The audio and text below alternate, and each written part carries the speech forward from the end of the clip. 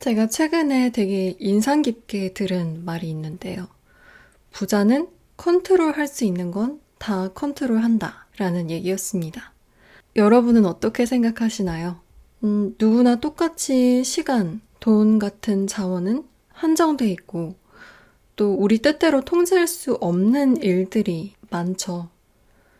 예측할 수 없는 변수가 많은 만큼 우리의 시간과 에너지도 그냥 놔두면 여기저기 흩어져 버리기 쉬운데요. 성공한다는 건 이렇게 흩어지는 시간과 에너지를 하나의 점으로 줄기차게 모으는 것과 같습니다. 돋보기로 햇빛을 모아서 종이를 태우는 것처럼요. 이건 제가 떠올린 비유는 아니고 황농문 교수님의 몰입과 성공에 대한 유튜브 영상을 보고 되게 깊이 와닿았던 얘긴데요. 여러분도 황농문 교수님 책이나 영상 본 적 있으신가요? 부자는 통제할 수 있는 요소는 다 통제한다는 말이 머리에 박히고 나니까 이 몰입에 대한 이야기도 똑같은 맥락에서 크게 와닿았습니다. 우리가 성공한다는 건 확률을 줄이는 현상이라는 건데요. 이게 무슨 말이냐면 자연 상태에서는 에너지가 균형을 맞추는 과정에서 엔트로피가 증가하는 경향이 있는데 엔트로피는 무질서함의 정도를 나타내는 지표입니다. 다른 말로는 어떤 시스템 내의 유용한 에너지가 무용한 에너지로 변화하는 양의 척도라고도 할 수 있고요. 갑자기 왜 엔트로피 얘기를 꺼내냐면 하나의 목표를 정하고 그걸 이뤄가는 과정은 끊임없이 엔트로피를 낮춰가는 과정이라는 이 황 교수님의 비유가 되게 인상적이었거든요. 그냥 습관대로 사는 게 아니라 목표에 따라 우선순위를 정하고 삶의 질서를 부여하는 방식으로 시간을 컨트롤한다는 거죠. 그리고 이렇게 한 가지에 오랜 시간 몰입할 때 우리 뇌의 잠재력을 최대치로 발휘할 수 있다고 합니다. 그러면 자연스럽게 문제 해결력이 높아지고 어떤 일이든 성공시킬 확률이 높아지는 거죠. 그래서 부자, 성공한 사람, 자기가 원하는 목표를 이루는 사람은 계속해서 엔트로피를 낮춰가면서 주어진 시간과 자원을 잘 운용하고 통제하는 사람이라고 할 수 있겠죠. 여러분도 영화 기생충 재밌게 보셨나요? 저는 제일 기억에 남는 대사가 너는 다 계획이 있구나 였는데 이런 의미에서 또 그 대사가 생각이 나더라고요. 그렇다고 계획이 있으면 다 부자가 되고 계획이 없으면 다 성공하지 못한다는 얘기는 아닌 거 아시죠? 계획도 중요하지만 핵심은 몰입과 집중입니다. 그리고 우리는 여러 변수와 습관에 휘둘리기 쉽기 때문에 이 몰입과 집중을 꾸준히 해내기 위해서 계획이 필요한 거고요. 성공의 기준, 부자의 기준이 뭐라고 생각하시나요? 돈이 많은 사람? 아니면 시간이 많은 사람? 아니면 건강한 사람? 전 어릴 땐 존경하는 사람도 부러운 사람도 별로 없었던 것 같은데요. 월급쟁이로 몇 년을 살아보니까 세상에는 부러운 사람도 많고 존경스러운 분들도 많더라고요. 이건 동생이랑도 자주 하는 얘기인데 역시 진짜 부자는 찐 부자는 영앤 리치인 것 같습니다. 왜냐면 돈, 시간, 건강 다 있으니까요. 그래서 오늘은 엄청난 자산가까지는 아니어도 비교적 빨리 성공한 사람들의 특징과 공통점에 대해서 얘기해 보려고 합니다. 제가 생각하는 성공의 기준은 다른 것보다도 자기가 원하는 것, 목표를 주체적으로 이뤄내는 거기 때문에 이 기준으로 말씀드릴게요. 아마 되게 새로운 얘기는 아니겠지만 실제로 목표를 이뤘거나 이루고 있는 사람들은 저렇게 사는구나 하는 얘기로 그냥 재밌게 들어주시면 되고 듣다가 혹시 와닿는 얘기가 있다면 아마 그게 지금 여러분께 제일 필요한 얘기일 거예요. 딱 그 한 가지만 해보시면 됩니다. 딱 한 번, 하루여도 좋고, 일주일, 한 달이 되면 더 좋고요. 주변에서 관찰한 성공한 사람들, 성공하는 사람들 특징을 4가지로 말씀드릴 건데요. 4가지 다 엄청 단순하지만 그래서 누구나 당장 따라할 수 있습니다. 왜냐면 저도 회사 생활하면서 건강이 나빠질 정도로 많이 지치고 의지를 상실했었는데요. 오늘 말씀드릴 4가지를 적용하기 시작하면서 작년부터 변화를 체감하고 있거든요. 첫 번째는 행동력. 빠르고 가볍게 움직이는 겁니다. 지난번 영상에서 말씀드렸던 악어 뇌 이야기 기억나시나요? 사실 사람은 누구나 본능과 습관의 지배를 받도록 생겨 먹었다는 얘기였는데요. 특별한 의지나 꾸준한 노력이 수반되지 않는 이상 그냥 어제처럼 오늘을 살고 또 오늘처럼 내일을 살게 되는 거죠. 그래서 뭔가 새로운 거 하나를 시작하려면 그만한 동기와 강한 의지가 필요한데요. 근데 의지가 약하다고 너무 자책할 필요는 없는 게 진화 과정에서 우리 몸에 새겨진 생존 전략이 그런 거기 때문에 그냥 사람은 누구나 원래 이렇게 설계됐다고 이해하면 될 것 같아요.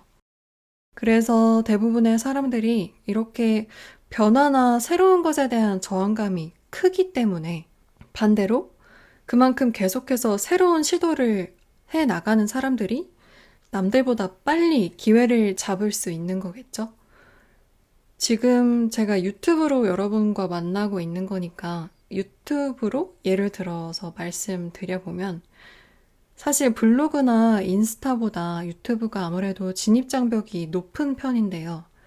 영상 하나 만들고 업로드하기까지 걸리는 물리적인 시간 면에서도 그렇고 또 워낙에 다양한 주제랑 컨텐츠들이 있다 보니까 나한테 딱 맞는 주제를 찾고 싶어서 고민이 길어지는 것도 있겠죠. 근데 처음부터 어떤 정답을 찾을 수는 없는 것 같아요. 시작하자마자 빠르게 성과를 내는 채널들도 있지만 사실 그렇게 수요가 있는 주제와 아이디어를 금방 찾는 분들은 이미 마케팅이나 컨텐츠 제작에 대한 경험이나 노하우가 있는 분들일 때가 많습니다. 저처럼 대부분의 경우는 그냥 일단 시작해보고 이런저런 시행착오를 거쳐서 자기한테 맞는 방향을 찾아가는 걸 거예요. 그리고 꼭 유튜브가 아니더라도 뭐가 됐든 처음부터 엄청난 걸 만들어야겠다고 생각하면 오히려 그 부담감 때문에 더 미루게 되죠. 그래서 그냥 한번 해본다, 테스트런 해본다, 찍먹 해본다 라는 마인드로 가볍게 일단 해보는 겁니다. 저도 그렇게 시작했고요.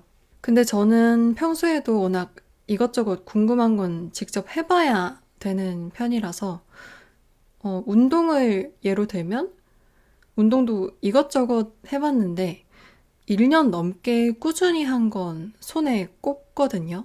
그냥 잠깐이라도 배워봤던 거를 생각해보면 수영, 테니스, 탁구, 스쿼시, 러닝, 복싱도 배웠었고 서핑, 스케이트보드, 폴댄스 이렇게 배웠던 것 같은데요.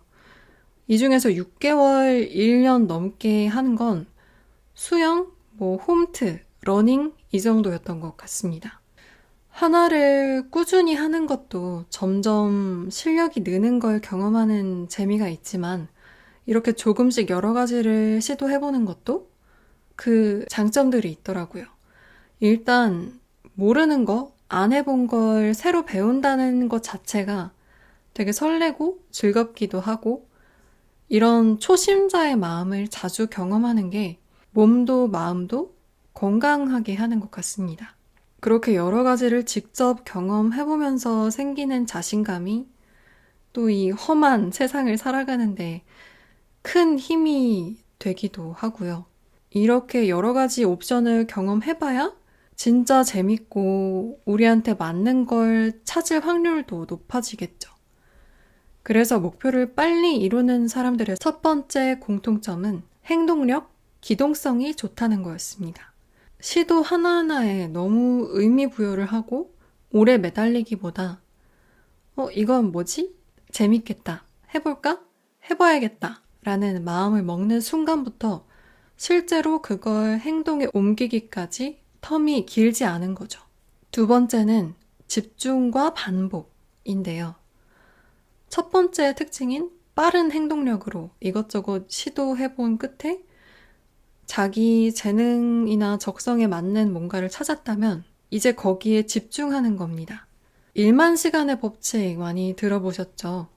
어떤 일을 완전히 마스터하는데 정말 그만큼의 시간이 필요한지에 대해선 의견이 나뉘는 것 같은데요. 또 실제로 한 사람의 역량이나 전문성이 사회적인 성공을 보장하는 유일한 열쇠는 아니라고 생각합니다. 실력이 성공의 충분 조건은 아니지만 필요 조건은 맞겠죠. 성공에 필요한 일정 수준까지는 이 집중과 반복이 어쩔 수 없이 꼭 필요합니다.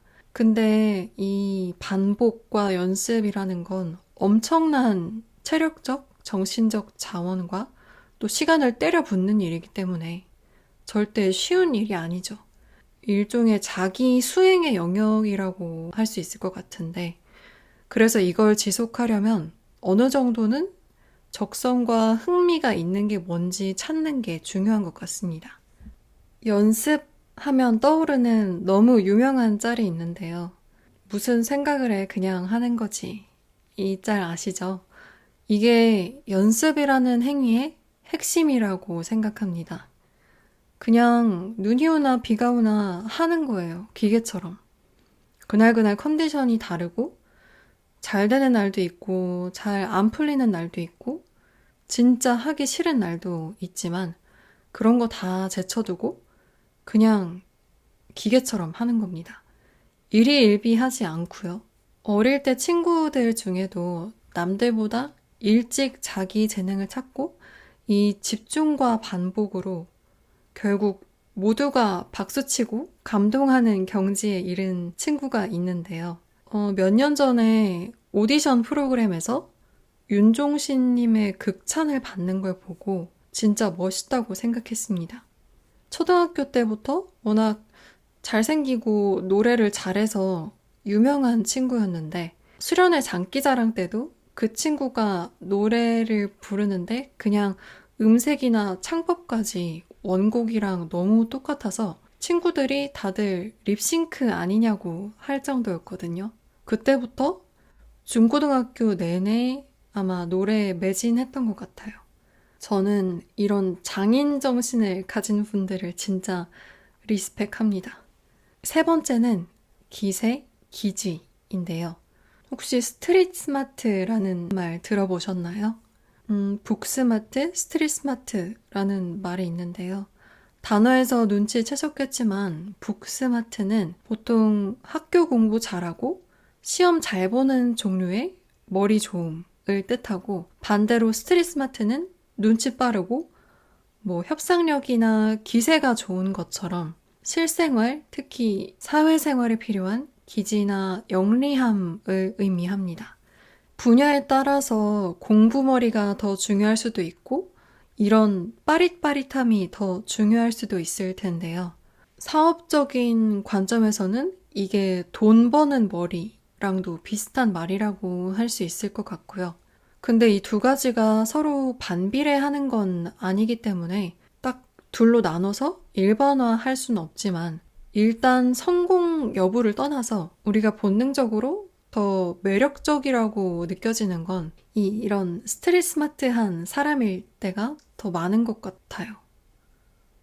어떤 상황에서도 이런 센스랑 기지가 있으니까 쉽게 쫄지 않고 또 추진력이 있다고 할까요? 기본적으로 자신감이 있기 때문에 다른 사람들을 쉽게 끌어당길 수 있는 거죠. 중학교 때 엄청 동경하고 좋아했던 선배가 있었는데요.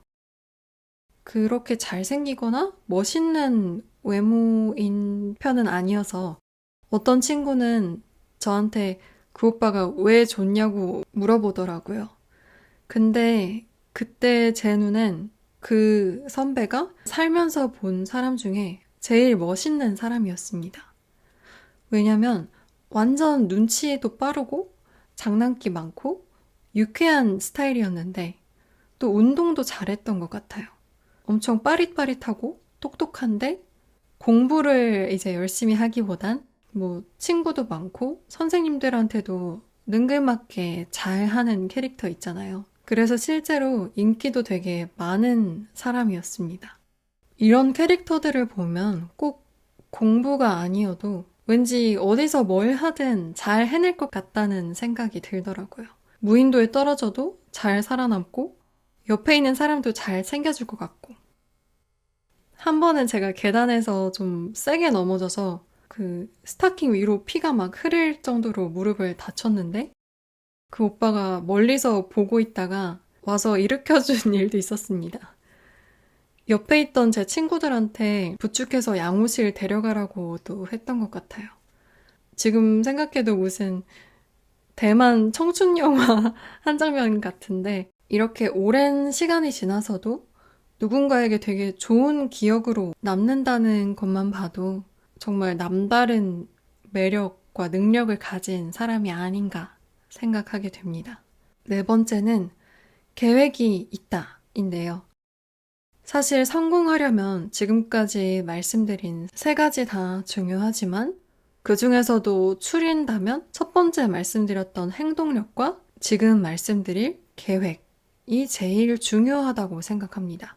저도 반복적인 루틴보다는 같은 걸 해도 다른 방식으로 시도를 해보는 편이고 계획적으로 시간을 쓰기보다는 그때그때 하고 싶은 거에 와락 집중해서 하는 걸 더 좋아하는데요. 근데 시간적으로 또 체력적으로 늘 여유가 있다면 이렇게 해도 상관없겠지만 대부분은 시간이 여유롭기보다는 빠듯하잖아요.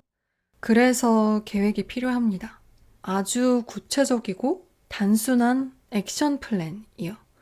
진짜 너무 쉽고 간단할수록 더 좋은데요. 얼마 전에 되게 뜻깊고 재밌게 들은 수업이 있었는데요. 그때 선생님이 해주신 말씀 중에 되게 기억에 남는 얘기가 있어서 소개해 드릴게요.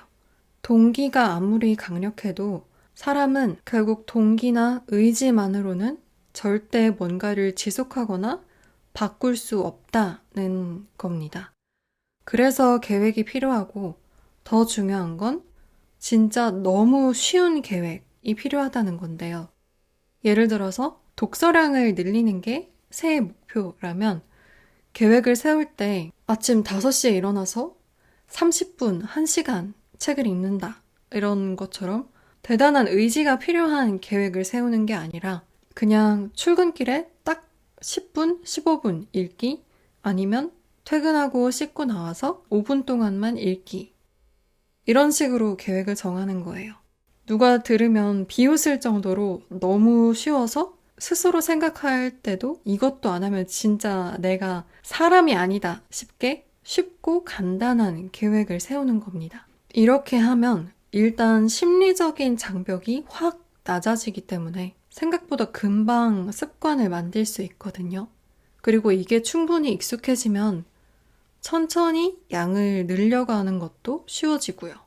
저는 사실 그냥 노는 것도 다이어리에 적어두면 그때부터 이게 갑자기 숙제처럼 느껴져서 하기가 싫어지는데 계획을 엄청 작고 쉽게 쪼개니까 확실히 별 스트레스 없이 하게 됩니다. 습관 만드는데 이렇게 확실하고 좋은 방법은 없었던 것 같아요. 지난번 영상으로 소개해드렸던 책에서도 이걸 뒷받침하는 내용이 있었는데요.